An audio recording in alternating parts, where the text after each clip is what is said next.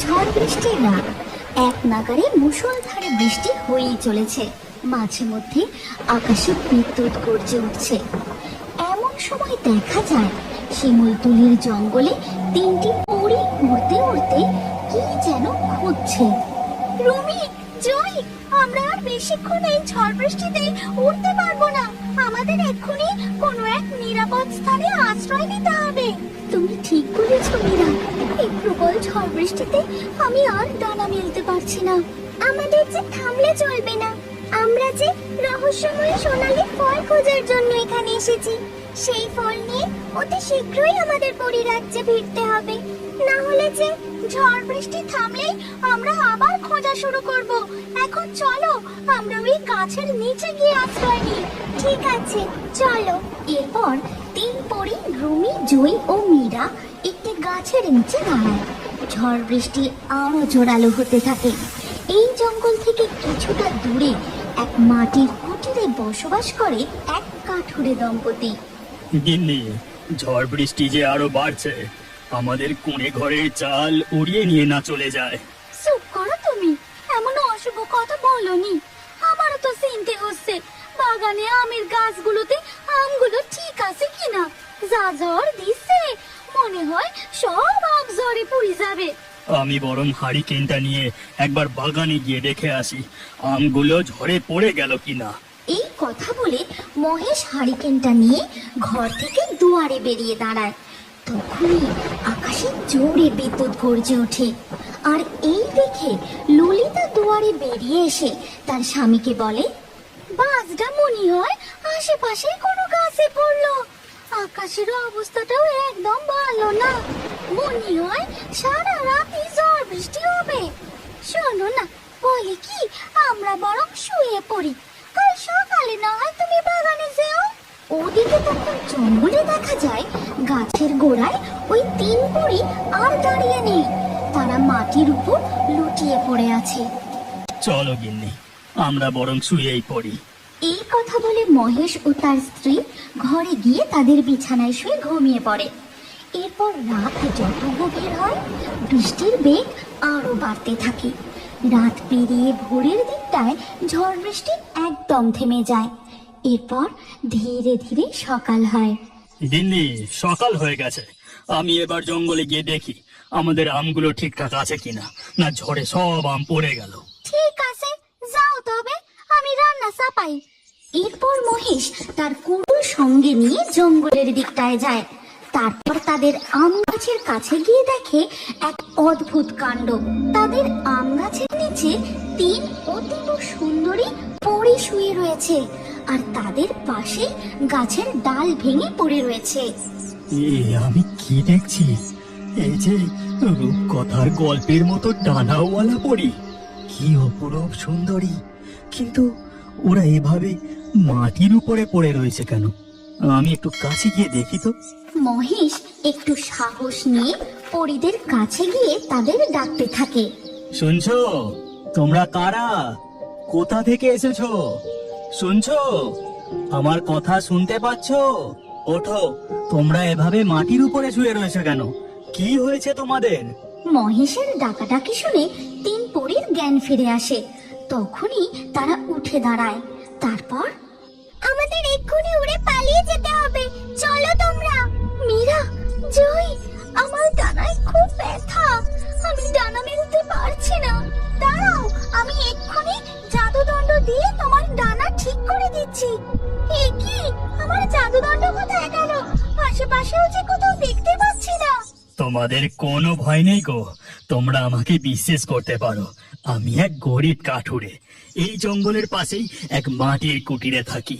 আমি তোমাদের কিচ্ছু করব না, তোমরা আমাকে ভয় পেও না। মহেশের মুখে এই কথা শুনে জয় পরী বলে, আমরা হলাম জাদুনগরীর পরী। এই জঙ্গলে এক বিশেষ ফলের খোঁজে এসেছি। সেই ফল আমাদের খুবই প্রয়োজন। সেটা পেয়ে গেলেই আমরা এখান থেকে চলে যাব। কিন্তু জয়, আমাদের তিনজনের জাদুদণ্ডই যে খোয়া গেছে। রুমি পরী উঠতে পারছে না, ওকে ছাড়া আমরা এখান থেকে যাই কিভাবে? যতদিন না ও পুরোপুরি ঠিক হচ্ছে ততদিন তো আমরা উড়ে পরীনগরীতেও ফিরে যেতে পারবো না। এখন আমরা কোথায় থাকবো? এই জঙ্গলে থাকলে আমাদের অন্য কোনো মানুষ দেখে ফেললে যে বিপদ হবে। পরীদের কথা শুনে মহেশ বলে, তোমরা চিন্তা করো না, এই বাগান আমার, এখানে তোমাদের কোনো ভয় নেই। আমি পেশায় কাঠুরে, কাঠ দিয়ে বাঁশ দিয়ে আমি নানান জিনিস বানাতে পারি। আমি বরং নদীর পাড়ে ওই গাছে তোমাদের জন্য একটা বাঁশের গাছ ঘর তৈরি করে দিই। তোমরা বরং ওই গাছ ঘরেই থেকো।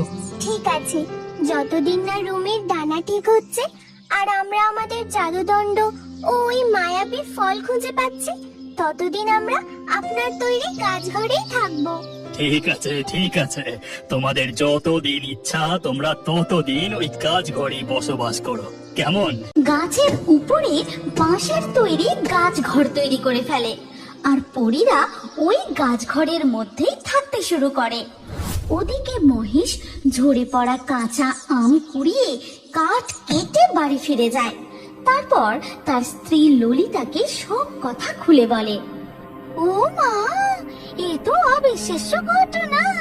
তুমি ওই পরীদের জন্য ঘর বানিয়ে দিয়ে ভালোই কাজ করছো।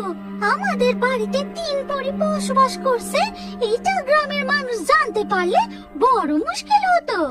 এরপর দিন কাটতে থাকে। রুমি পরীর ডানাও সম্পূর্ণ সুস্থ হয়ে যায়। তারা জঙ্গলে ঘুরে ঘুরে তাদের জাদুদণ্ড ও সেই মায়াবী সোনালী ফল খুঁজতে থাকে, কিন্তু তারা কিছুই খুঁজে পায় না। জয়ী, মীরা, চলো আমরা জঙ্গলের আরো গভীরে গিয়ে ভালো করে খুঁজে দেখি।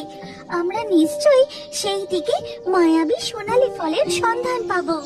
3 পরী উড়তে উড়তে জঙ্গলের আরো গভীরে চলে যায়। এমন সময় সেই গাছ ঘরের পাশের নদী থেকে মাথা তোলে 2 জলপরী। মণিমালা, ওই দিকে তাকিয়ে দেখো, ওই গাছের উপর কি সুন্দর বাঁশের তৈরি গাছঘর। ও মা, কি সুন্দর! আমি তো জানতাম স্থলভাগে মাটির উপরেই ঘর বাড়ি থাকে, এই যে দেখছি গাছের উপরেও বাড়ি। আমরা যদি ওই গাছঘরে যেতে পারতাম কতই না ভালো হতো। সারা দিন ওই গাছঘরেই বসে থাকতাম আর এই মনোরম জঙ্গলের পরিবেশ উপভোগ করতাম। তুমি একদম ঠিক কথা বলেছ, কিন্তু ওই গাছ ঘর যে ফাঁকা, ওর মধ্যে তো কাউকেই দেখতে পাচ্ছি না। তাহলে ওই গাছ ঘরে কি কেউ থাকে না? এখানেও ওই সোনালী ফল নেই, কিন্তু রানী পরী যে বলেছিল পৃথিবী লোকে গ্রীষ্মকালে ওই সোনালী ফল গাছে ধরে, কিন্তু কোথায় সেই ফল? চলো আমরা এখন গাছ ঘরে ফিরে যাই। এই কথা বলে 3 পরী তাদের গাছ ঘরের কাছে ফিরে যায়। জয়ী ও রুমি গাছ ঘরে বসে, আর মীরা নদীর পাড়ে দাঁড়িয়ে থাকে।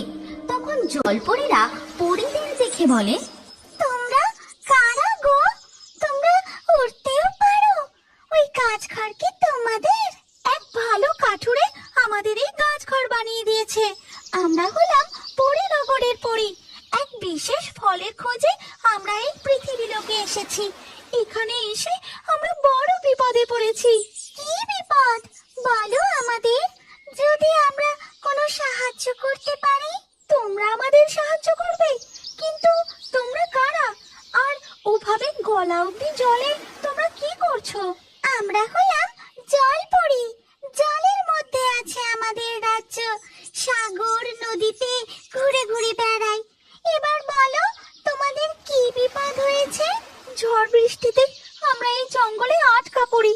তারপর মীরা জলপরীদের সেদিনের সমস্ত ঘটনা খুলে বলে, আর বলে, যখন চোখ খুলি তখন দেখি আমাদের জাদুদণ্ড আমাদের কাছে নেই, কোথায় যে হারিয়ে গেল। মীরার মুখে এই কথা শুনে মুক্তমালা বলে, মণিমালা, এখানে আসার সময় নদীর নিচে আমি 3টি ছোট লাঠির মতো অদ্ভুত জিনিস দেখেছিলাম। ওই 3টি ছোট লাঠি এই 3 পরীর 3 জাদুদণ্ড নয় তো? হ্যাঁ হ্যাঁ, তাহলে ওই 3টে লাঠি আমাদের জাদুদণ্ড হবে মনে হয়। তোমরা আমাদের জাদুদণ্ড তুলে এনে দিতে পারবে? হ্যাঁ, অবশ্যই। এরপর মণিমালা ও মুক্তমালা নদীর জলে ডুব দিয়ে সেই জায়গায় গিয়ে ওই 3টি লাঠি তুলে নিয়ে আসে। তারপর বলে, দেখো তো, এইগুলো তোমাদের জাদুদণ্ড কিনা? মনে হয় বৃষ্টির জলে ভেসে গিয়ে নদীর জলে পড়ে গিয়েছিল। এই তো আমাদের জাদুদণ্ড। জয়ী, রুমি, তাড়াতাড়ি নিচে নেমে এসো। মীরার ডাক শুনে বাকি দুই পরী নিচে নেমে আসে। তারপর মণিমালা ও মুক্তমালা তিন পরীর জাদুদণ্ড ফিরিয়ে দেয়। তোমাদের অসংখ্য ধন্যবাদ মণিমালা ও মুক্তমালা জয়পুরী। তোমরা কি চাও বলো? তোমরা যা চাইবে আমরা তোমাদের তাই দেব। আমাদের কিচ্ছু চাই না, কিন্তু আমাদের খুব শখ আমরাও বেশ ওই গাছ ঘরে থাকতে পারতাম আর ওই মনোরম পরিবেশ উপভোগ করতে পারতাম। ও এই ব্যাপার, ঠিক আছে, আমি এক্ষুনি জাদুদণ্ড দিয়ে তোমাদের গলার হাড়ের ওই মুক্তোতে পরীদের মতো ডানা মেলে ওড়ার জাদু শক্তি প্রদান করছি। আমার জাদুদণ্ডের সাহায্যে তোমাদের ওই মুক্তোতে রূপ পরিবর্তন করার জাদু শক্তি প্রদান করছি। এতে তোমরা যে কোনো রূপ ধারণ করতে পারবে। আর আমি তোমাকে অদৃশ্য হবার জাদু শক্তি প্রদান করছি। আর এই সবকিছু দূরের এক গাছের আড়াল থেকে লুকিয়ে লুকিয়ে দেখতে থাকে এক লোভী জেলে। এই গল্পের পরবর্তী পর্ব যদি তুমি দেখতে চাও তাহলে কমেন্টে নেক্সট পার্ট অবশ্যই লেখো। এই গল্পটি ভালো লাগলে লাইক করে শেয়ার করে দাও।